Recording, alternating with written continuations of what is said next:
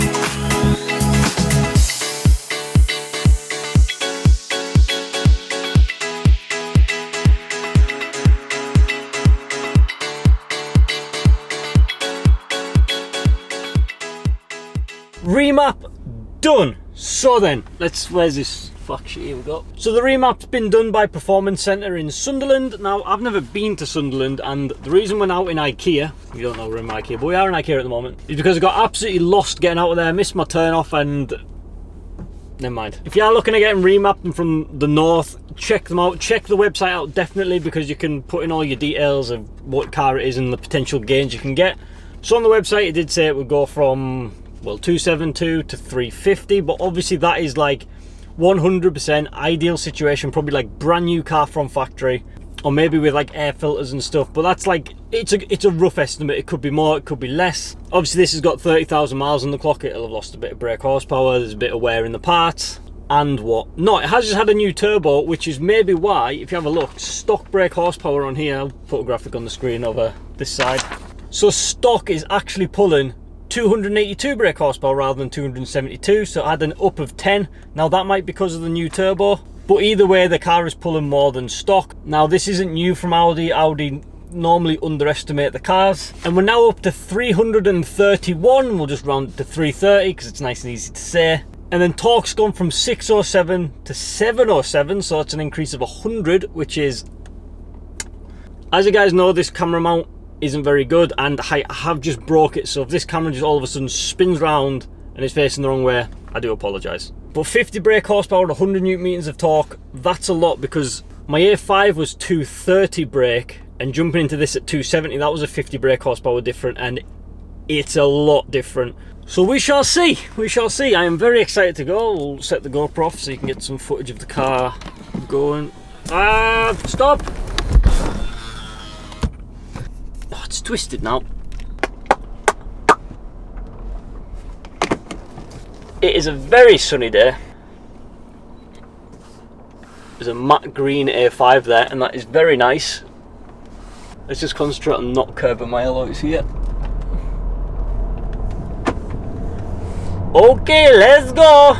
Again, I am going to apologise for this camera because I need a new mount, and actually I've broke my camera as well slightly, so I apologise. But the lads there are absolutely spot on. I just sat watching Top Gear while they were going on with the car. They let me go in and film. Obviously you've seen that. Come on.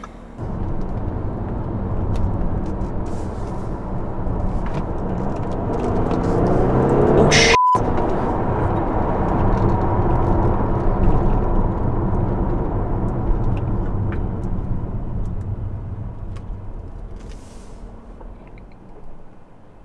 Well, Jesus.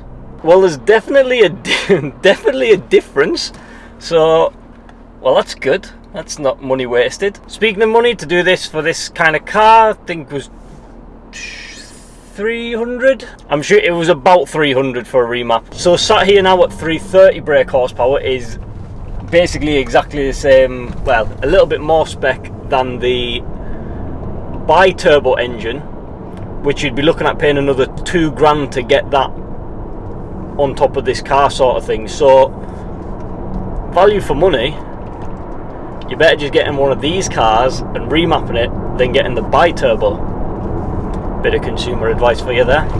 And I have also claimed it with my insurance along with my exhaust, because you always want to be careful of stuff like this. I want to do it by the book, and it was only an extra £50, which, to be honest, I thought it was going to be a lot more. So I didn't think that was too bad. But what I would say is, if you plan on getting it remapped, tell your insurance, ask your insurers, just see how much it's going to be or whatever.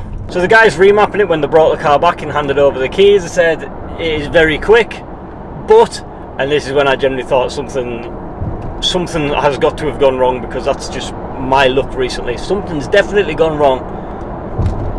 And they said, but it's very quiet. Now, considering it has an exhaust on it, for then someone to then say it's quiet is a low blow. But I knew that anyways, and that was something I did want to get sorted, obviously, with the remap. It's made it a little, like, it seems a little louder, but it's not throaty, it's just a bit louder. But obviously the engine's working a bit harder, so you know how it is. Come on. Woo! So one thing about this car is it's got a lot of power, but it never seemed to, for how much power it had, A, sound like it had the power, and B, put you back in your seat like it had the power. Because obviously it's meant to be a luxury car, you know, you kind of get sponged back and you never feel the pull, which is why it just doesn't feel anywhere near as fast as it is. But now, with that extra torque, you get thrown back in your seat. Proper thrown back in your seat.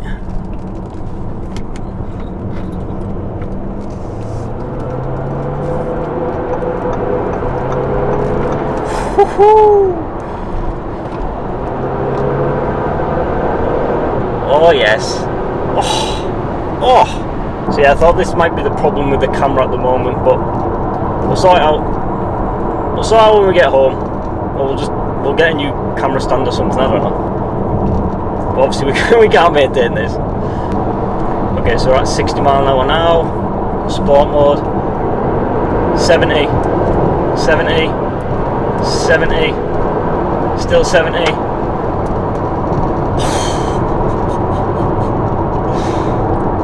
Feels like a different car. That is good. That is good. But as you'll probably notice, you can't hear anything except some road noise. Maybe the microphone bouncing about. It is quiet. But the remap itself, oh. So I hope you guys enjoyed. There will be plenty more content. I'll try and get some more statistics out, see if we what the 0 to 60s like and stuff like this. I'll have to do it in a separate video because we're not going to have time today. So I hope you guys enjoyed. If you did, please do drop a like. If you're new to the channel, hit that subscribe button, and as always people, peace out. Damn it, I missed.